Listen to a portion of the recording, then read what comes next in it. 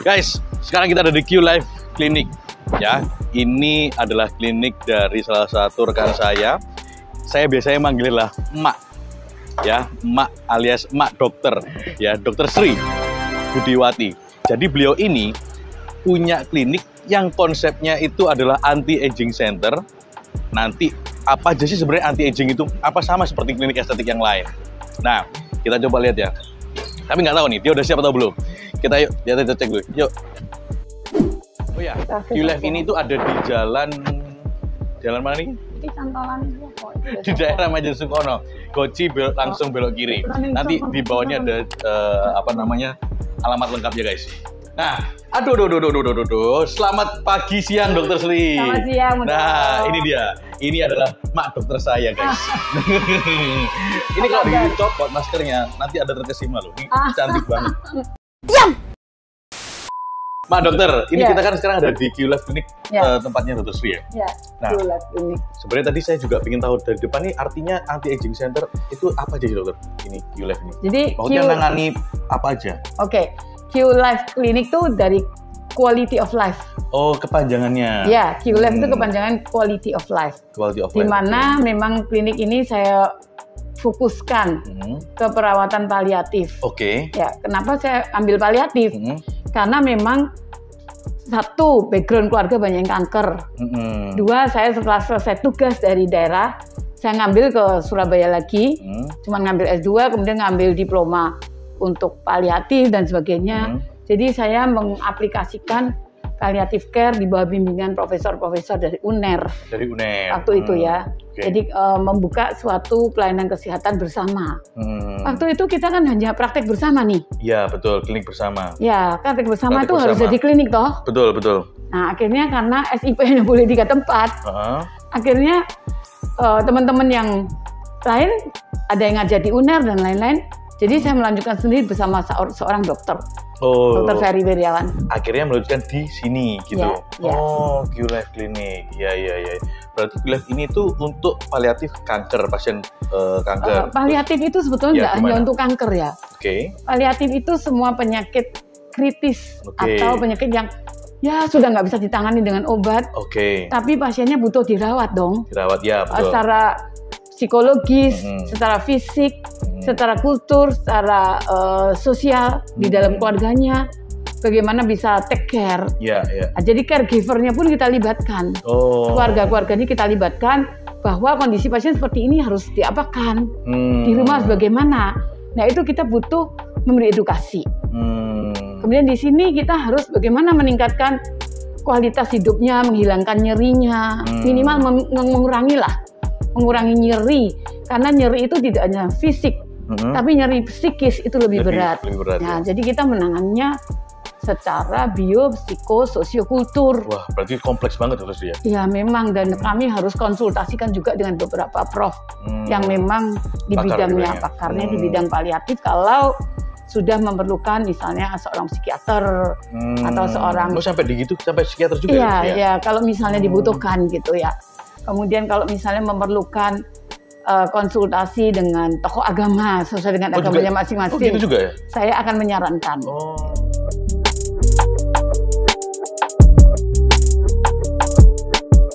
Kalau biasanya pasien yang kesini tuh biasanya dia diagnosa apa? Didiagnosa apa biasa sebelumnya sih? Yang dirawat sini kebanyakan.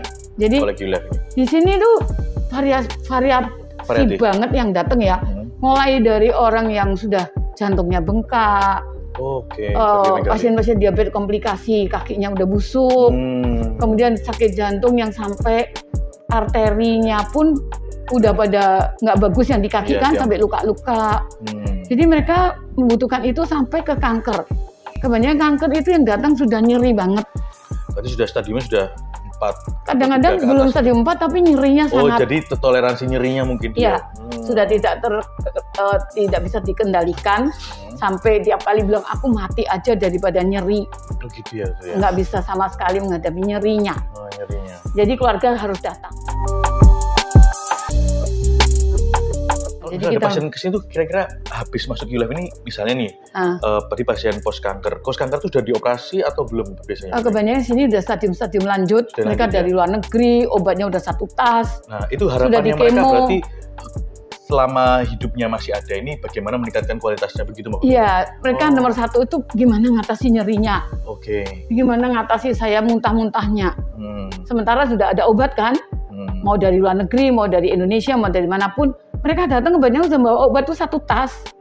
Termasuk yang sakit jantung, diabetes, komplikasi itu udah obat semua yang dibawa. Iya. Jadi saya di sini tidak memberikan obat kimia apapun. Karena sudah bawaannya sudah banyak. Yes, dan saya tidak. Kalau nanti mau mengurangi gejalanya membaik, saya suruh kembali spesialisnya. Kontrol lah, apakah yang ini dikurangi atau tidak. Seperti itu. Jadi ini kedokteran banget karena sebetulnya yang namanya palliative care itu perawatan paliatif di Indonesia sebetulnya fokusnya pada relief pain. Melepaskan tubuh pasien dari nyeri, mengatasi nyerinya. Masalahnya nyeri itu tidak hanya nyeri otot, nyeri tulang, nyeri saraf yang ada di pencernaan, nosiseptik dan sebagainya. Tapi nyeri itu juga ada nyeri di jiwa, itu masalahnya. Backgroundnya apa? Nah itu palliatif harus menggali, dokternya itu harus menggali. Oke, sambil kita lihat. Monggo, jadi pasiennya datang pasti akan ketemu mbak-mbak resepsi kami. Mbak resepsi. Sesuai dengan prosedur. Kemudian kita akan bawa dulu ke pemeriksaan. Saya lihat ada foto-foto sama itu ya, anggota-anggota perwira-perwira. Itu pasien-pasien kita. Pasiennya, Dokter Sri? Dan masih keluarga sebetulnya. Oh, masih keluarga juga? Boleh saya minta foto juga, Dokter? Boleh. Ini ruangan apa, Dokter? Perawat saya, jadi setiap pasiennya datang, kami periksa dulu satu tetes darah. Untuk melihat live blood analysis. Nah, ini contoh. Pak Dokter Oka boleh duduk, boleh dites satu tetes darah.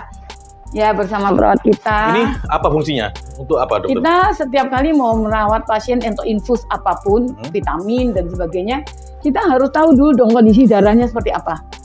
Minimal darah hidupnya hari ini seperti apa. Aku deg-degan ya. Ini sederhana sebetulnya. Setiap klinik harusnya punya, supaya tidak kira-kira.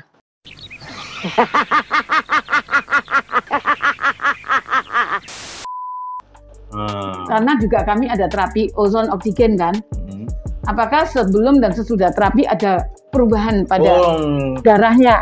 Oh, itu memang setelah di ozon memang langsung ada perubahan? Langsung. Yang tadinya lengket setelah infus nih. Contoh saya kasih sederhana. Infus oksigen ozon salin aja. Setelah selesai darahnya tuh aktif banget. Bisa bawa oksigen dengan cepat. Begitu ya. Kalau sebelumnya lengket nih. Contoh kita lihat, coba lihat darahnya. Kemudian yang kedua. Aku deg-degan. Iya. Nah, ini sekali pakai buang ya. Needle-nya ya. Ya, ini steril banget ya. Kebetulan saya punya juga beberapa alat resonan, kuantum resonan. Ini yang sederhana dari Taiwan. Untuk melihat fungsi organnya pasien bagaimana hari ini. Jantung, pembuluh darahnya, livernya fatty liver enggak, ginjalnya bagus enggak, itu nanti kita lihat pakai quantum resonance. Ya ada yang lebih canggih lagi tapi belum saya keluarkan karena pemeriksaannya lebih kompleks, 45 menit. 40 menit? 45 menit, kalau ini kan cuma 5 menit aja. Oh jadi tadi kita diambil darahnya, setelah itu dicek sama mbaknya ini di bawah mikroskop ya? Yang hubungan dengan monitor. Oh jadi lihatnya nggak lalu nginceng-nginceng lagi ya terus ya? Iya, langsung monitor kan. Monitor ya. Nah boleh dilihat nih darahnya Pak Dokter sendiri, loh darahnya kurang gerak dok. Orangnya juga gerak. Lagi puasa kali. Lagi puasa kurang minum air. Nah sama sekali nggak gerak sel darah merahnya tuh. Harusnya begitu ditusuk di situ tampak darahnya lari. Oh gitu ya terus ya. Ini adalah tipe darah yang lengket, yang kita sebut sebagai rouleau. Ya kan di kedokteran sederhana apa bagian patologi itu PK itu sebelumnya kita kan diajarin ini nih. Udah lupa terus nih. Nah kenapa sel darah merahnya lengket? Satu, tidak rajin minum air atau sedang puasa. Ini adalah lemak ya, gambaran lemak. Ini lemak LDL yang tidak mungkin bisa dicerna di dalam darah. Iya. Dan dia beredar-edar bersama darah. Nanti pada akhirnya bisa lengket di dinding pembuluh darah endotelium. Nah, mati aku. Gitu tadi. Nah, ini bagaimana sebelum dan sesudah dilihat darahnya, apakah setelah di ozon dan oksigen infus pasiennya itu darahnya aktif. Jadi nanti setelah satu-satu. Oke, ini berarti darah ini lemak ya? Ini lagi dicari, ini ada LDL. Ini lemak nih ya? Iya, lemak. Yang masuk lewat usus halus tanpa dicerna. Biasanya makan roti, makan gorengan di luar jam makan. Camilan-camilan ini kan LDL yang teroksidasi, dok. Ya kan? Nah ini ada logam berat. Ini lagi mau mencari ada enggak parasit atau larva cacing. Oke. Biasanya kalau ada parasit, larva cacing tampak di sini. Kebanyakan didapat dari makan sate, terasi, petis. Oh gitu ya. Nah, sashimi ikan setengah matang. Waduh, sashimi saya suka ya. Nah, itu tuh. Itu apa tuh? Kayaknya bumbu udara. Sebentar kayaknya di bawahnya itu Mbak. Ada larva cacing nggak? Ini logam berat ya. Ini logam berat yang hitam-hitam itu logam berat. Logam berat. Logam berat itu bukan barbel ya, bukan yang dibuat angkat besi ya, tapi dari udang. Semua binatang yang merayap itu membawa banyak logam berat, udang, kerang, cumi, peteng, terasi. Itu yang hitam gitu tuh? Iya, hitam-hitam tuh logam berat. Terus? Heavy metal, nah, itu kan nggak bisa dicerna dalam darah. Nah, alhamdulillah nih nggak ada nih darahnya nih, nggak ada cacingnya ya, nggak kelihatan larva cacing. Nah, sebentar lagi kita akan melihat gambaran darah kalau misalnya kering. Dokter Sri, kalau misalnya tadi itu Dokter Sri kan cari cacing nih barusan. Kalau misalnya ada cacingnya itu diapain Dokter Sri? Ya di detox darahnya lewat filter. Nanti gitu. Kita lihat di atas. Nanti bisa bisa. Bukan minum obat cacing aja nggak? Ini cacing di dalam darah. Obat cacing apa yang bisa menghancurkannya? Kalau Kembantrin, Vermac itu kan cacing di usus. Iya di usus ya. Nah satu-satunya di darah ini ya. Di darah hanya bisa dengan ivermectin sebetulnya. Ivermectin, tapi dosisnya harus sesuai berat badan. Oke, berarti nanti pasien itu setelah datang sini, mereka harus cek dulu di sini darahnya ya? Iya, tiap kali datang. Kalau sesudah terapi mau dicek pun boleh. Nah, kemudian yang kedua, dilakukan tes kuantum. Nah, ini tes kuantum? Ya, apa itu Dokter Sri? No, ketemu parasit dok, ada larva cacing dalam darahnya dokter. Habis makan apa tuh sambal terasi, kemarin petis, sashimi. Itu baru satu tetes ya. Darahnya 6 liter loh, ada berapa banyak kita nggak tahu. Terus berarti gimana Dokter Sri? Jadi harus rajin minum obat cacing lah, seminggu 2 kali. Gitu ya? Ya, yang golongan ivermectin. Nah, sekarang dokter silakan duduk, saya mau tes kuantum. Kuantum itu apa lagi Dokter Sri? Kuantum aku kesini bikin konten guys, kok tambah deg-degan guys. Jadi, sekarang kita mau pakai gelombang kuantum dok. Jadi kakinya nggak boleh silang dok, kakinya sejajar. Tangan kanan dan kiri nggak boleh ada logam, ditaruh di meja dulu.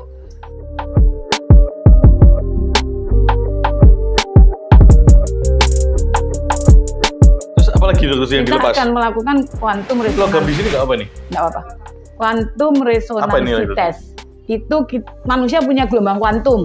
Setiap kita punya gelombang kuantum, bumi, alam punya kuantum. Sebetulnya basicnya ini awalnya untuk pemeriksaan astronot yang di luar angkasa pakai kuantum dari jauh dari bumi. Tapi ini pakai cara sederhana, pegang alat, nanti kita dideteksi pakai alat ini. Nanti diisi namanya Mbak, pegang tangan kiri dok. Tangan kiri, 5 jari kena semua. Kiri kanan, 5 jari. Ya, 5 jari kena semua ke besinya. Besinya. Butuh okasidat. Relax ya. Ya. Tegang dok. Pak dokter ini, gara tegang. Nah, dia akan membaca lewat gelombang kuantumnya tubuh kita. Sedang diperiksa apa tuh kelihatan tuh? Apa itu dokter? Parunya, jantungnya, pembuluh darahnya itu lagi dideteksi. Kok iya juga dokter? Pakai gelombang ya. Kok juga ada titiknya dokter? Nanti itu sampai ke prostat. Oh gitu dokter? Iya, nanti lihat gambarnya. Waduh guys, itu lagi. Aku kesini kok tambah deg-degan nih guys.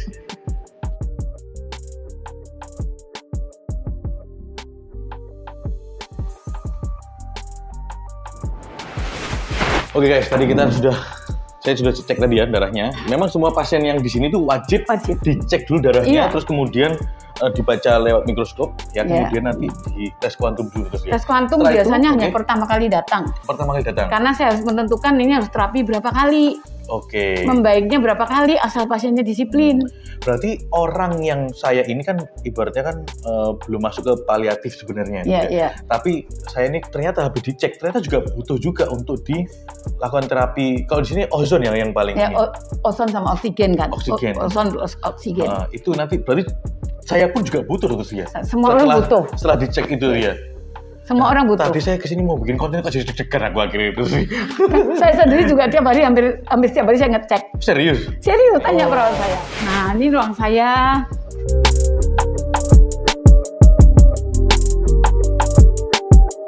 Konsultasi pasien dok. Nanti kalau sudah di situ orang kesini dulu pasien. Iya, konsultasi. Konsultasi dengan dokter sendiri dulu. Saya bukain dulu gambar jantung itu seperti apa, pembuluh seperti apa, pakai komputer, saya jelaskan. Sudah mengerti, apakah mau diperbaikin? Keluarganya setuju nggak? Baru setelah itu kita bikinkan program. Kasus seperti ini harus diapakan. Oh gitu. Ya. Kemudian terpaksa semua yang ada ini sebagian kecil saya pasang. Oh, itu karena sering ada pertanyaan dari pasien-pasien yang biasa keluar negeri.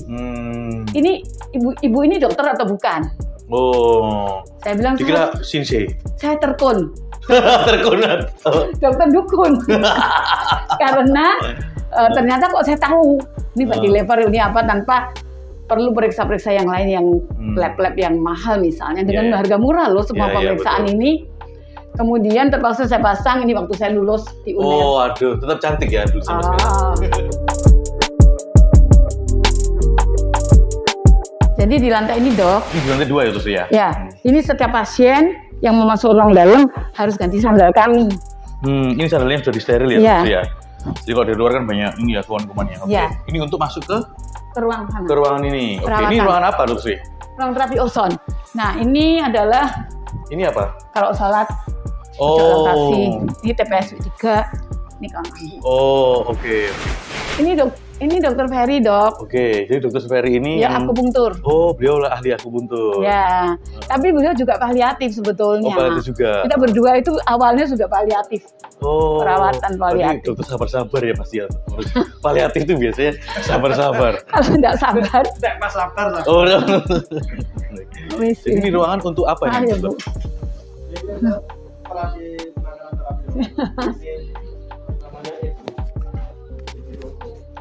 Mohon maaf dokter, saya bisa bilang ini jelas. Perawatan untuk menangani terapi ozon. Ini salah satunya terapi EBO. Terapi EBO itu apa? Extracorporeal blood ozonization dan oksigenisasi. Jadi percampuran darah dan oksigen dilakukan di luar tubuh. Itu ada tabung dialisernya. Bisa tuh mungkin nggak apa-apa.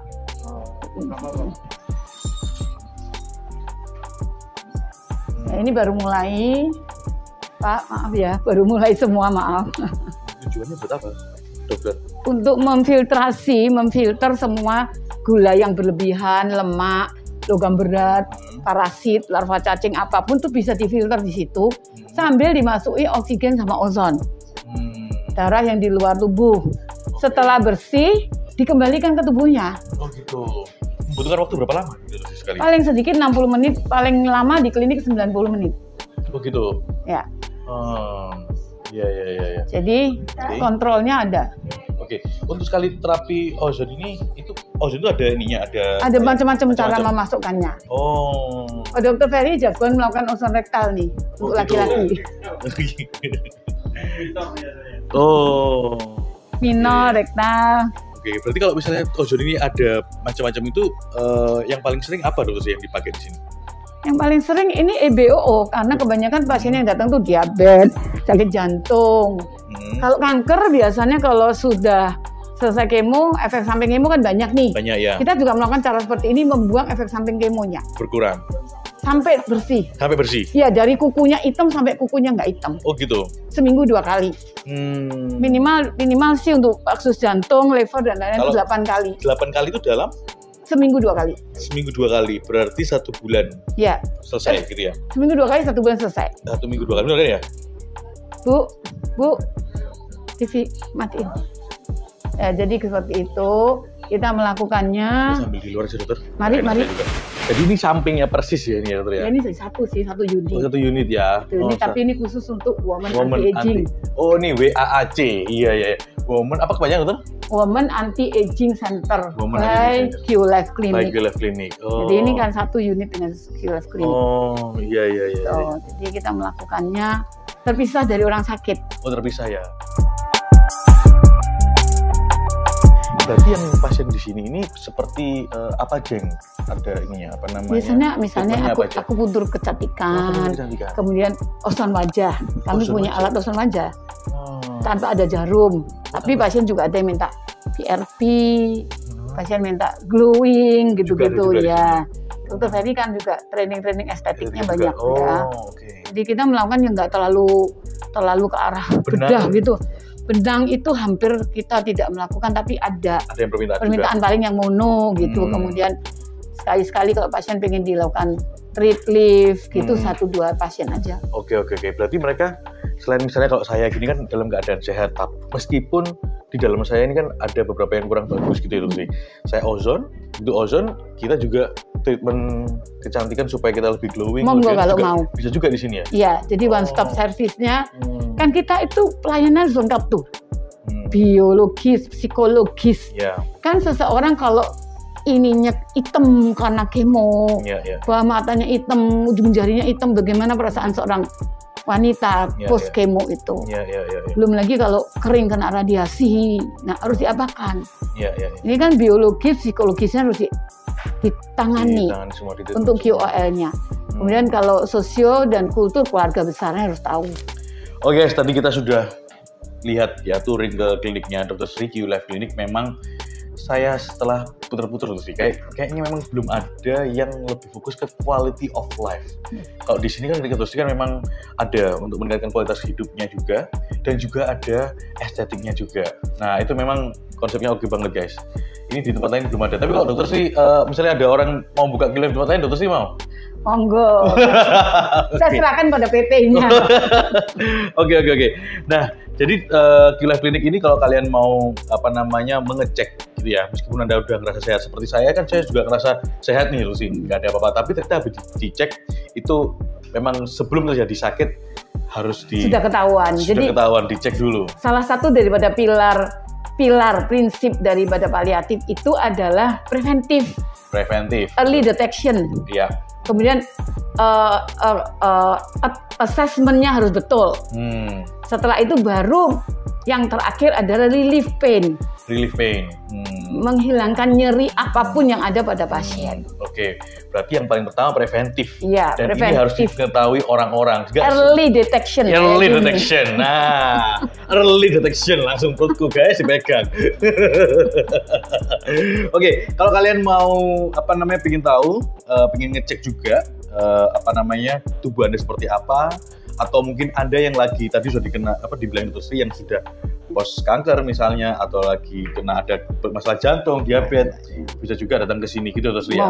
Nah, nanti di sini Anda di Jalan Abdul Wahab Siamin ya.